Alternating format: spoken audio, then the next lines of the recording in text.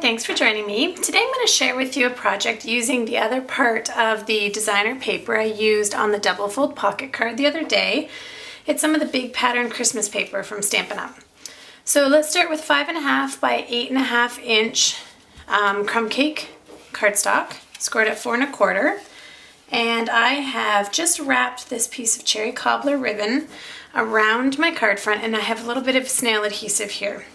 And the reason I have the adhesive there is because I'm going to tie this ribbon here and secure it with a button a little bit later. You'll notice I've got a red snowflake here, and this was done using the cherry cobbler embossing pattern. So super fun.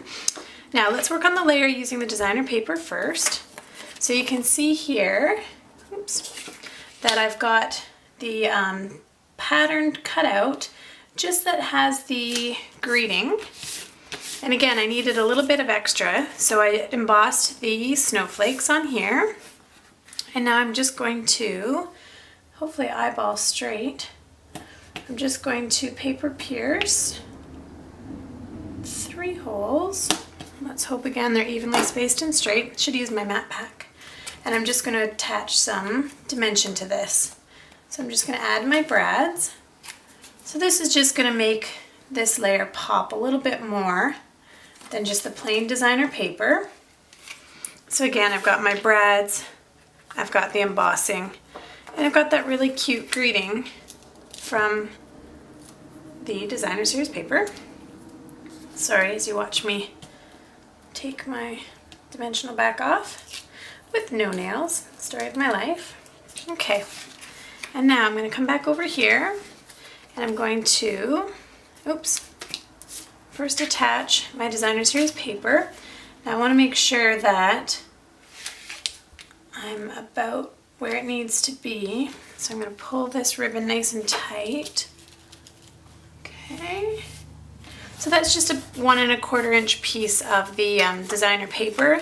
And then I've got a piece of the brown designer paper. And you can see that I sanded off the edge a little bit. So it's just to tie it all together.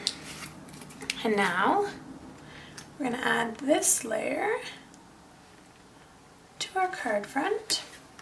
There we go. Perfect. And now, let's see if I can do this on camera. Probably not. I'm just going to feed my button with the linen thread. Should have done this first, sorry.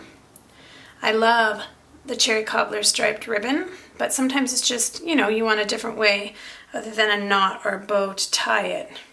Okay, so I've just taken a button, I've made a loop. I'm going to tuck my ends through. I'm sure you're saying, yes, Heather, we know what you're doing here. All right, and then I'm just going to cinch this up nice and tight. I'll double knot it, and then I'll tie a cute little bow, probably not on camera. There we go.